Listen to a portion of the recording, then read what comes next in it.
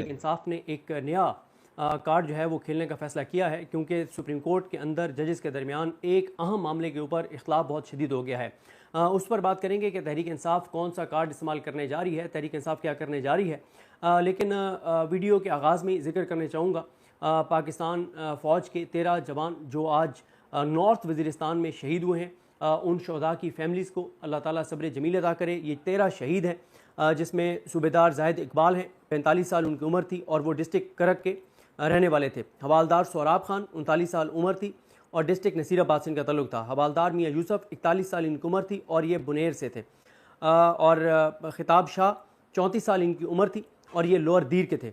Lance Naik Ismail 32 साल उम्र थी और ये डिस्ट्रिक्ट नसीराबाद से इनका तल्लुक़ था। सिपाही रोहेल 30 साल इनकी उम्र थी और ये मीरपुर ख़ास से इनका तल्लुक़ था। सिपाही मोहम्मद रमज़ान 33 साल उम्र थी और डिजी खान से थे।